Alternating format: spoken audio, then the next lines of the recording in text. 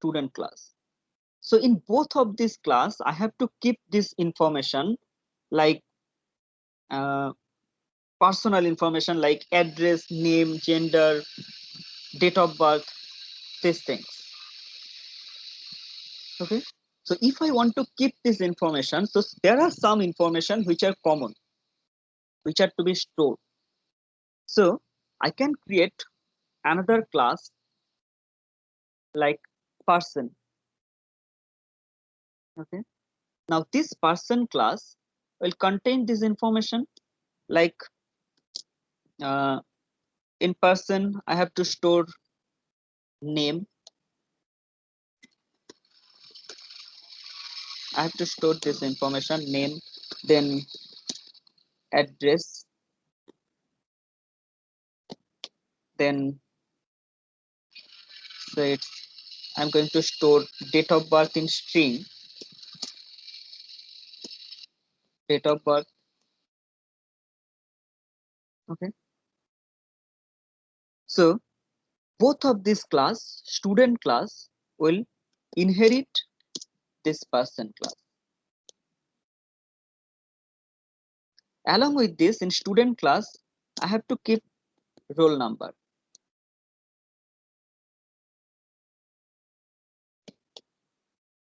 Okay. Then I have to keep some other information in student class also. Okay. Now in teacher class, the identifier is something like employee ID.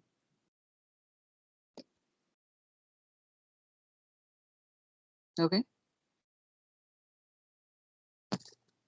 Uh, some other information like date of joining.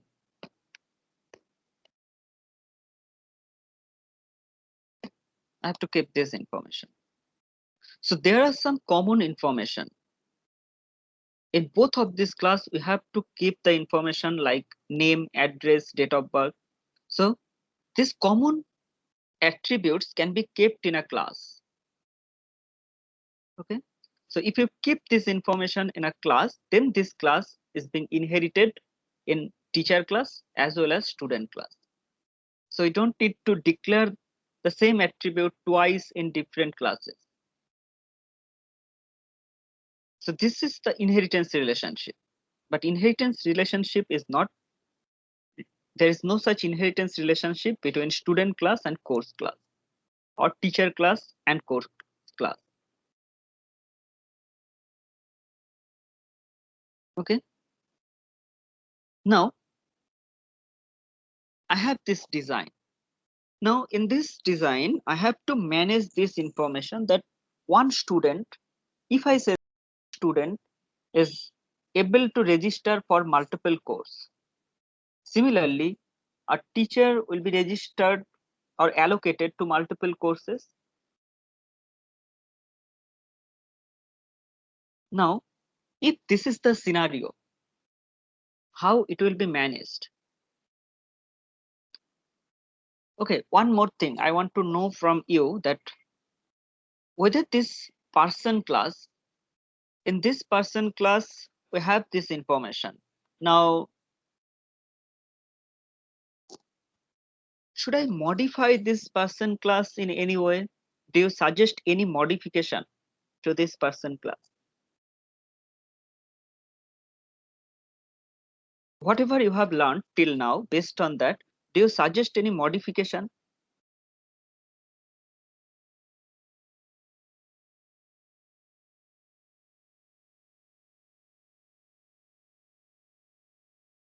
So any unique ID to identify that person, single person, like just guessing.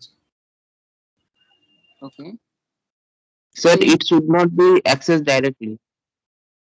it should not be accessed directly means Means we have to first inherit it, then we should access this class. Means that the person class should not be called hmm, So direct. then we make the person class as abstract class. that's the point.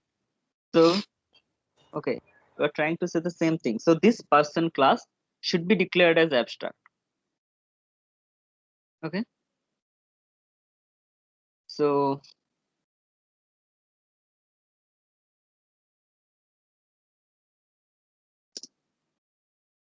this class should be declared as abstract. Okay. Now, I will use one term. In future, you have to use this term. So I have this class person. Similarly, I have some other classes, student or teacher, like this. So if I have this class person, then this class is being used to store some information only. So this type of class will contain some method. So I can add some methods like getter and setter. These methods are known as getter methods and setter methods. Okay. Look at this. So in this class, I have the attribute name, address, and date of birth. So there are some methods by which we can access it.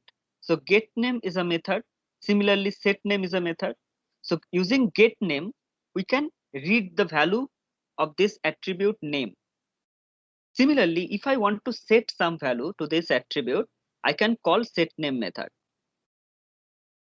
So if I have any class, when we are designing any application, when we are working with some classes, then if there are some classes for which only we can read the value and we can set the value to some attribute, then this type of classes are known as POJO class. Okay. So this type of classes are known as POJO class. So basically full form of this POJO class is plain old Java object.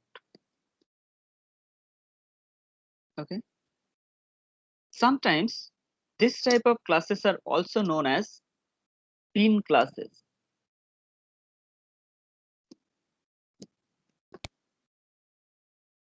Okay. Or sometimes it's Java pin.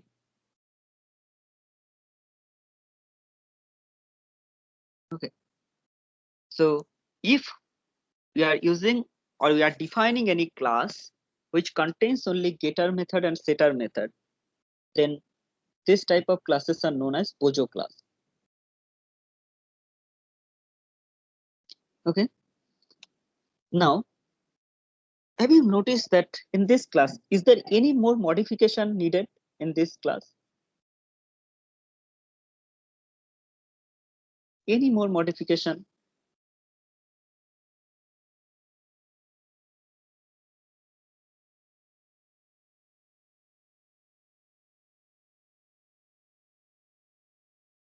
Still, are you in puja vacation?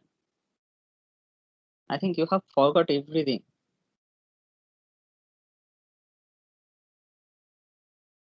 Any suggestion that this kind of modification is needed?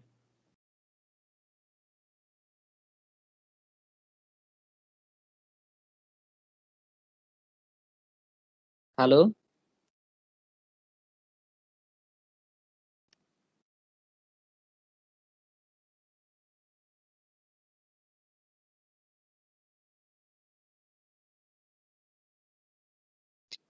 Hello, Milind.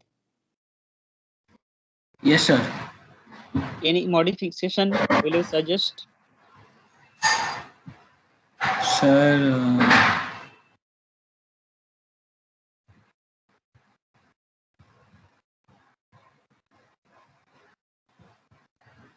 thinking about it, sir. I will let. Oishani?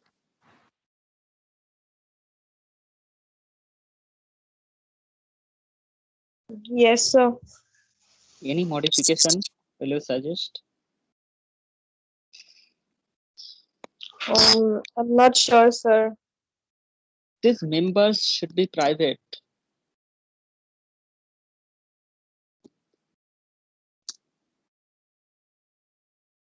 These members should be declared as private. We have already discussed that if we declare these members as private, then if I say that in this class, when this class will be object will be created, So when an object will be created for this class, I don't want to change name. Okay. So name cannot be updated. Address and date of birth can be updated, but name cannot be updated. So obviously, this class should not have this method set name. So if we withdraw this method, then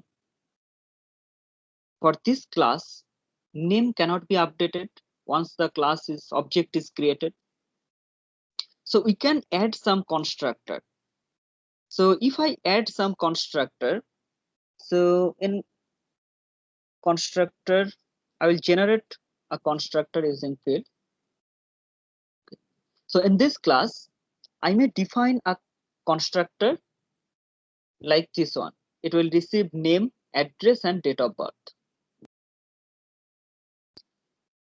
When the class is being instantiated, at that time, if date of birth is not known, so I can add another constructor or date of birth is not known. So it will receive only two parameters. One is name, another one is address. Okay.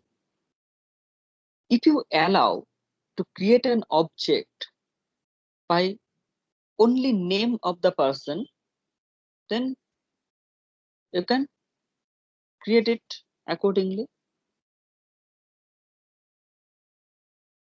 Okay. So in this class, if I say that at least name and address, these two fields are required when we will create an object of teacher class or student class. So we have to define these two constructors. Okay.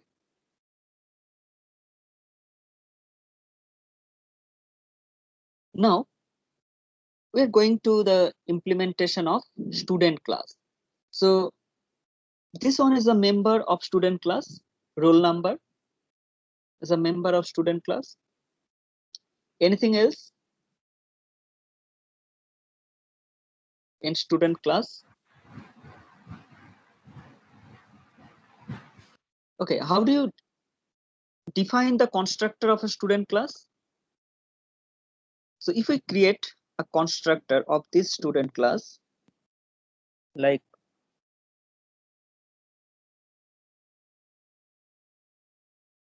this one. So this name, address, and roll number. So roll number will be set here, and name and address, these two parameters will be passed to superclass. Okay. If I want to call another constructor, I want to define the other constructor. So we have name, address, and date of birth.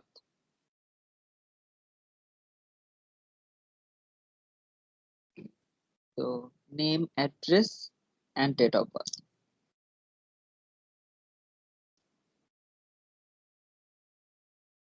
Okay. In this way, this class will be defined. Now, along with this, I want to add these two methods. These methods are getter and setter method for roll number, as this is the additional member of this student class. If I say that I don't allow, in this application, I will not allow the user to update roll number. So once the object will be created, a roll number will be assigned to that object. So in future, I should not allow the user to update the roll number. So setter method will be withdrawn. So in this way, we can manage this class. Okay. Now, similarly, in case of teacher class, I will add this. So this teacher class will inherit it will inherit the person class. So if it inherits the person class, then first I will add this getter and setter methods to this class.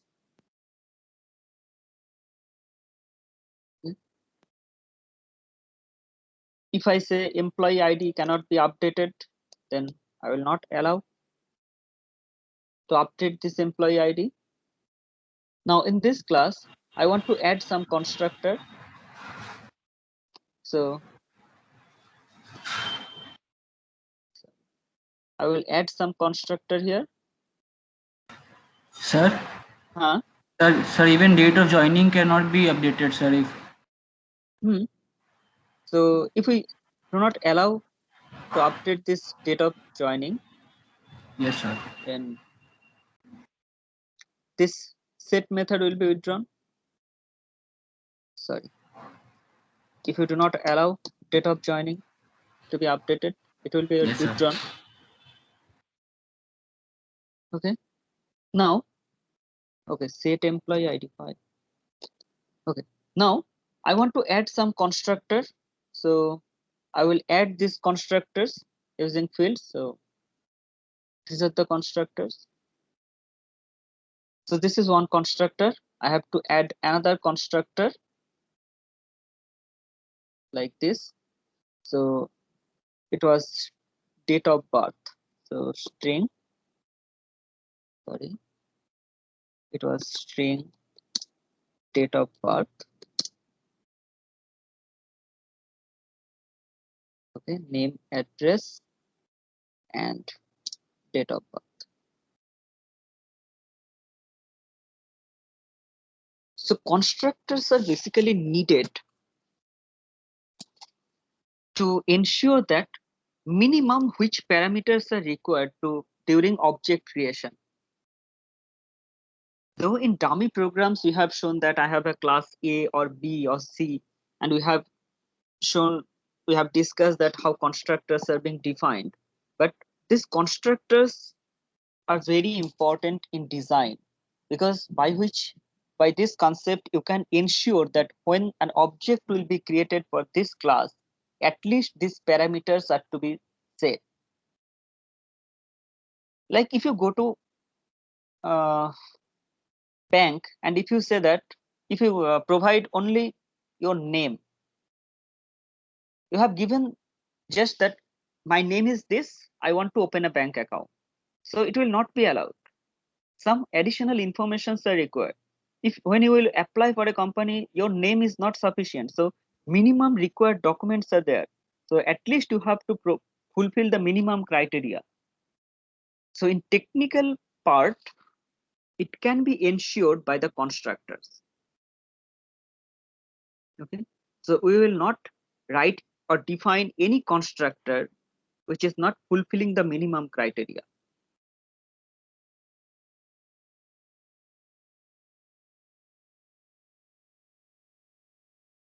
Okay, now going back to our previous question, that how will you manage that this student is registered to this course?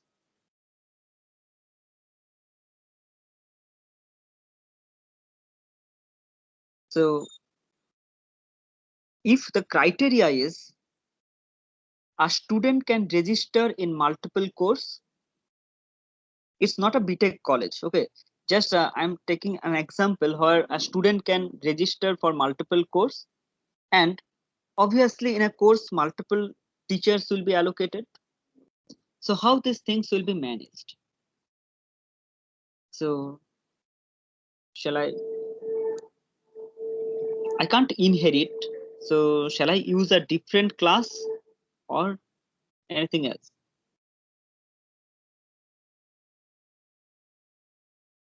Any suggestion?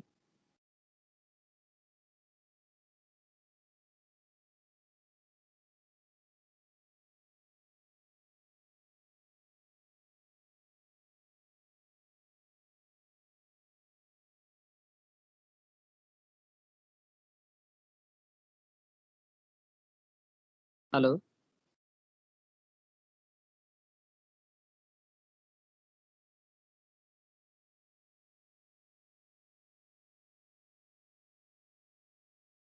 Will you suggest anything?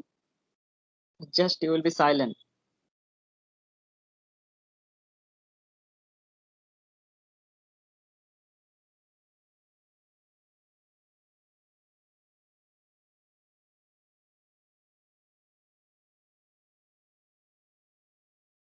Saloni,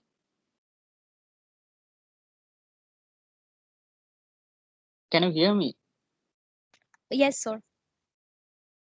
Any suggestion? How will Sir, you manage it? question. Will you suggest anything?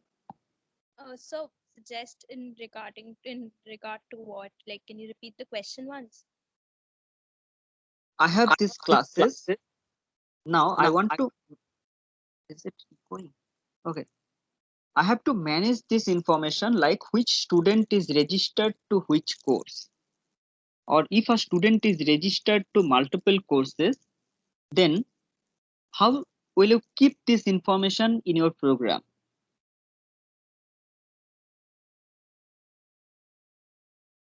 So we can make different functions for each course and then make the object of the course class and access those functions. Functions means where it will be defined. In the course class, we can have different methods for each course. And from the main class, when we make the object for the course, we can call that method, the method that the student is choosing. Okay, can you guide me? Like, okay, I have this main method.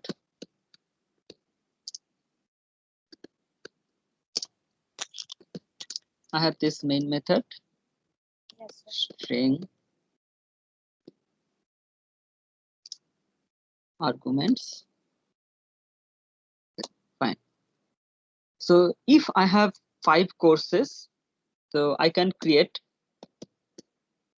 a course array. Yes, an object of like array of objects, and then we can store it in that way. Okay, so courses, then new. New course.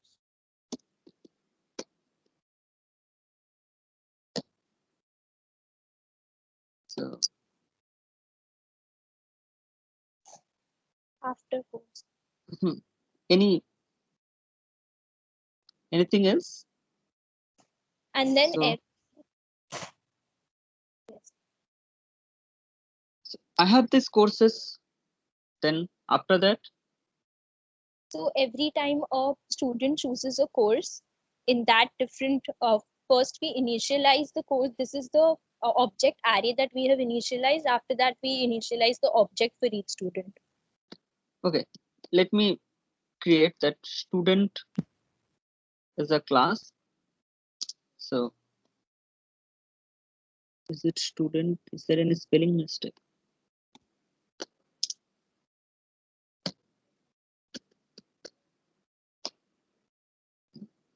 I have this student class. So I have 100 students.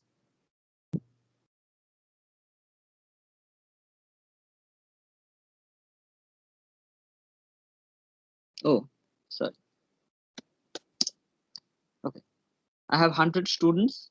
So I'm assuming that I have that code. I have already created the courses. I have this student informations also. I have created the student information. After that, I want to manage this relationship that this student is registered to this course.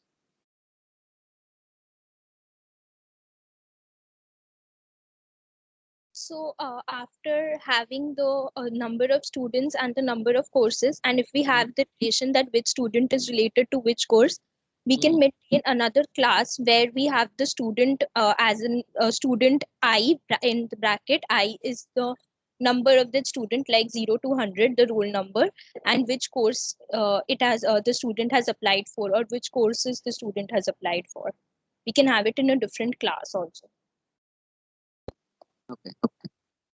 So if I define another class, student course register.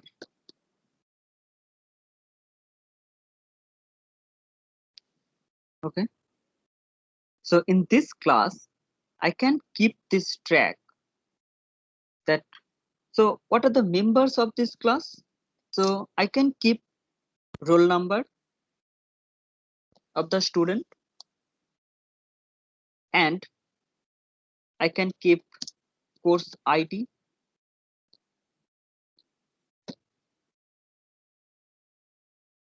Okay.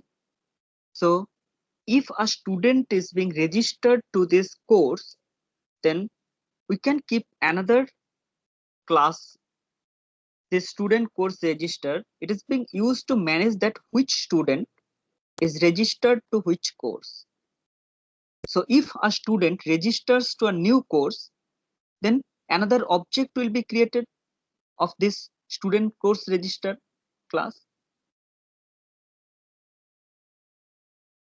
Okay. So in course class, I have one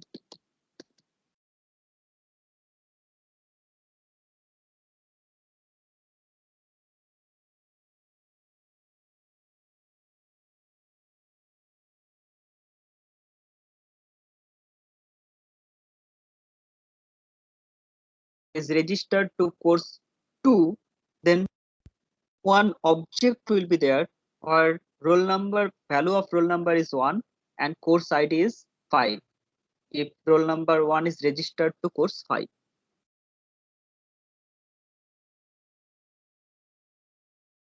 Okay, so this is a way.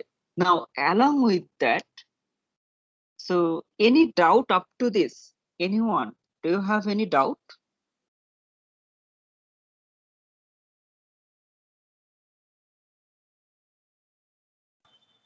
No, sir.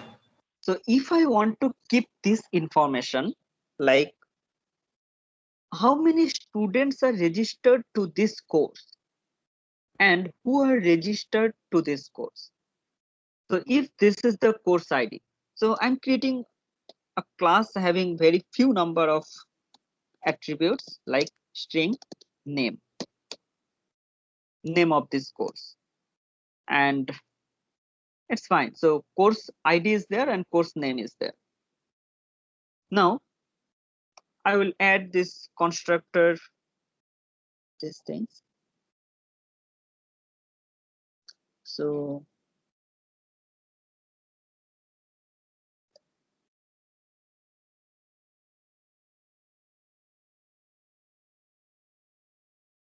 I will not allow to update the course ID. So I will define one constructor.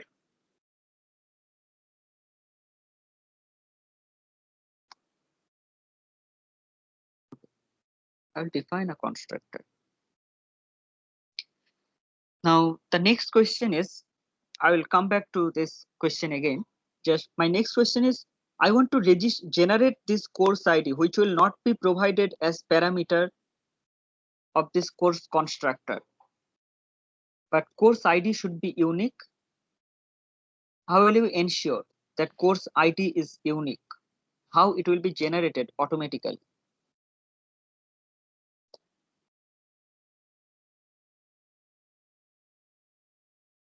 Can you generate this course ID, which will be unique?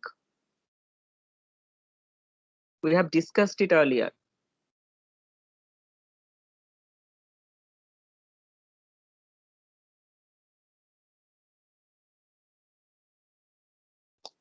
We can declare a static variable. Yes, sir. We can declare private static long like that. Yeah, private. So obviously these things will be private. Yes. So private static ID. Let me initialize it with 1, or you can initialize it as 0, and you can write the logic accordingly. So when this constructor will be called, then this ID, course ID,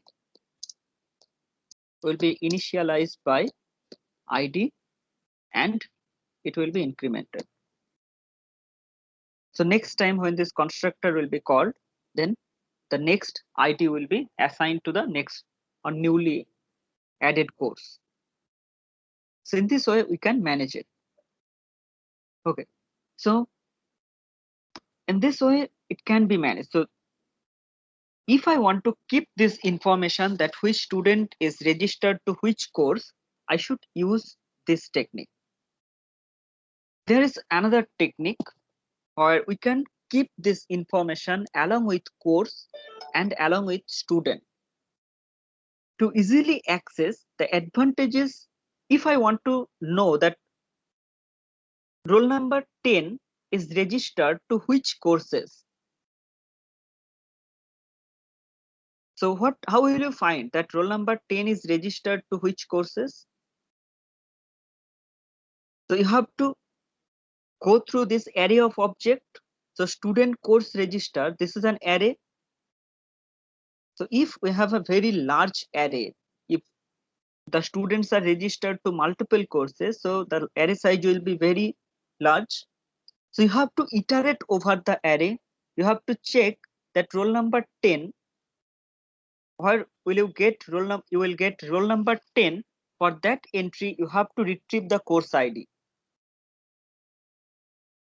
Okay, so you have to retrieve the course ID. In that way, iterating over the array, you can check that this student roll number 10 is registered to these courses.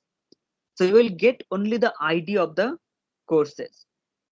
Now, based on that ID, you have to iterate over the course array.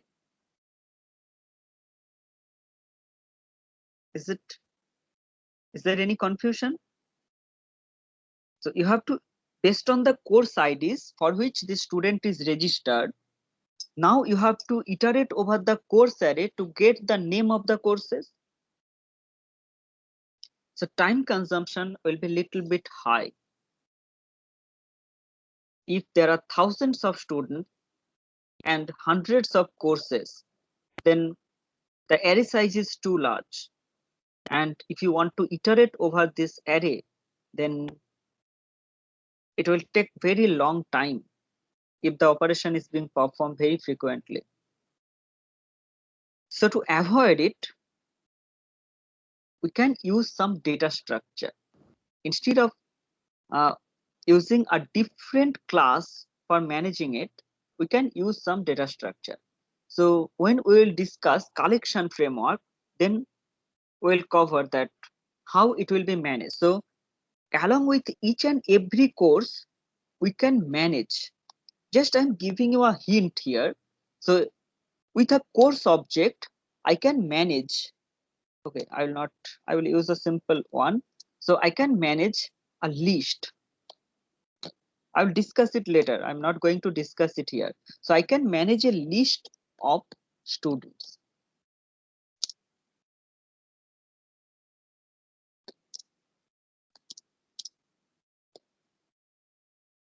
Okay, I can manage a list of students. So when a student will be registered for this course, then that student object will be added in this array.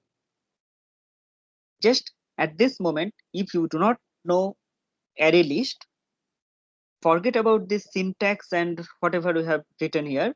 Just think that this student array. Okay, using this array, we are maintaining this information that which student is registered to this course. So if student X is registered to course Y, then in course Y, in this array, student X, its object will be added.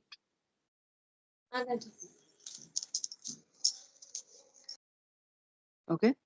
Similarly, because it will give us some benefit that time consumption for this searching can be reduced. Similarly, in student class, I will manage an array list. I can manage a list or course information will be kept.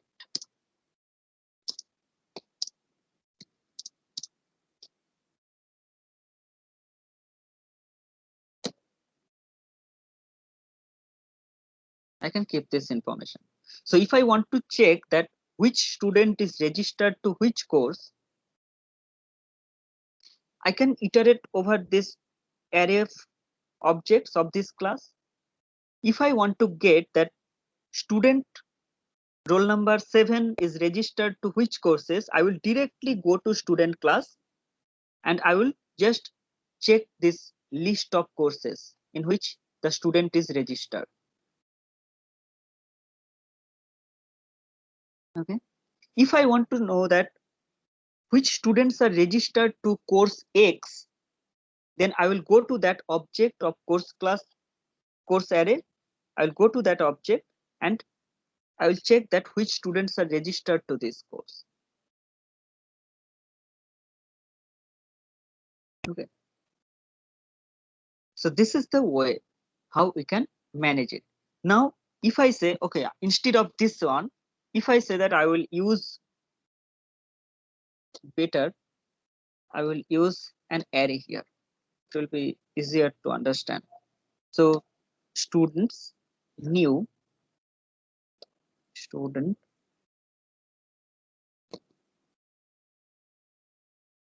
say maximum in a course, maximum 60 students will be allowed.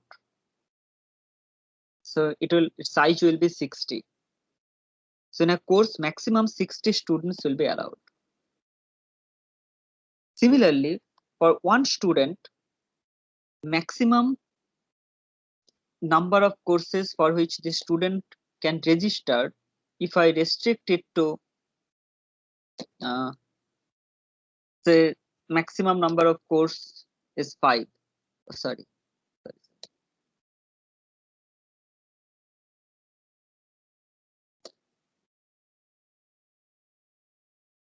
Maximum number of courses or the student can register is 5. So this size is 5.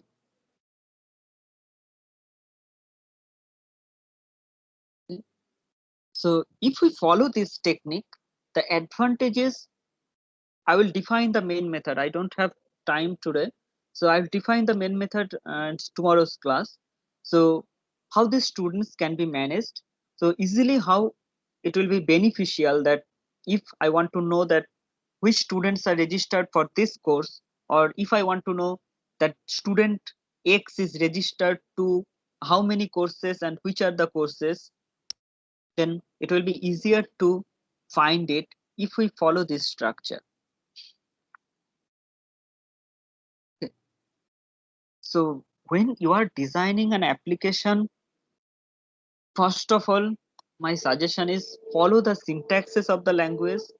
It's the basic criteria, so that by getting a name of a variable, we can understand that is it class, is it object, is it method, or it's a instance level variable.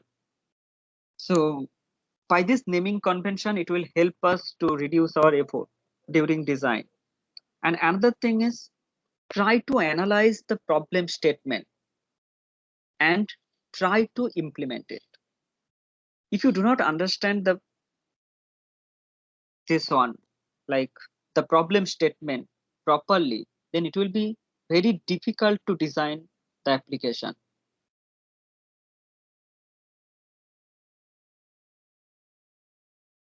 Okay, so we have, okay, is there anyone who has joined at this moment? I have to take the attendance. Okay, just a minute.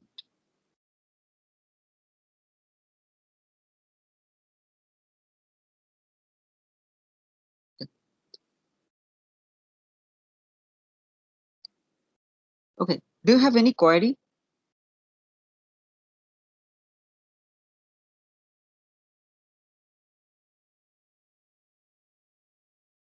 So one question. So the student course register.java class won't be required if we are using array lists. If we use array, then that class is not required. But in large applications, sometimes we manage this type of classes because some other operations are to be performed on it. So for basically, if we think of this concept that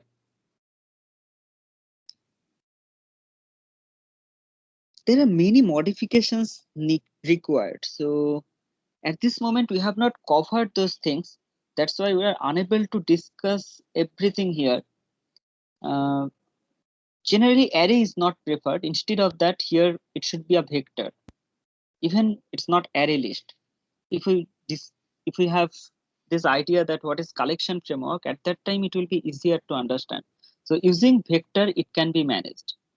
As we are not familiar with collection framework, that's why we have started with this class design. But we have many concepts in collection framework. Generally, those things are preferred instead of iterating over an array of objects. So we have to use, sometimes we have to use map, we have to use set and hash. So we'll discuss it later. We have enough time to discuss those things. Okay, but as a very beginner, we can't discuss, we can start with those. That's why I have preferred to design this class where it will look like a register which are maintained in your college or institutes. That this student, when a student is joining a class, then there will be a register where student's name or roll number will be written, and to which course the student is registered, that course ID will be written. So in that way, it is being managed. Okay, even when you will learn MVC architecture, you have the MVC architecture in your syllabus in this semester. In this paper, not in this semester, within this paper, in object oriented programming, you have the concept of MVC architecture. So if we use ORM kind of thing, object relational mapping, at that time this technique is used. In ORM, there will be a different class where students information and course information will be registered in a different class. Okay, so we are not at that level to discuss these things. So, but this technique is needed. It's not just an obsolete one, or it will not be used. Not like that. In ORM, this technique is very, very important. When you are working with database management system and you are using ORM, and in most of the application, we prefer ORM if it's a large application. Okay. I don't know whether I'm able to give you the answer properly, but until we discuss these things, we'll not be able to understand this part. Okay, so you have another class from 12:30.